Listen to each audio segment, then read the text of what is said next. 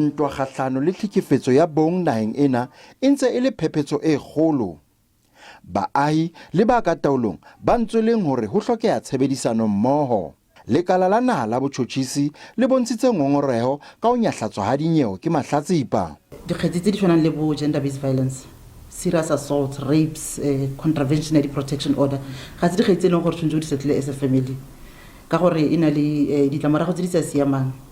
O tla bo bala dokete go le gompieno e le protection order. After the weekend go tla dokete ha o wa sheba ke the face o e bonena go bala protection order o bolailwe ke motho ene gore o tsholetse kgetsi. Sepolesa se entse tlhokomediso hore ho nyahlatswa ha dinyewe ho beha bophelo ba mahlatsipa kotsing. The police invest a huge amount of hours and resources in attending to complaints and investigation of GBV and femicide. And therefore we are making an urgent plea to complainants not to withdraw cases and to victims to break the silence. In incidents where false cases are being registered, complainants will be charged under Section 9 of the Justices of Peace and Commissioners Oath Act 16 of 1963.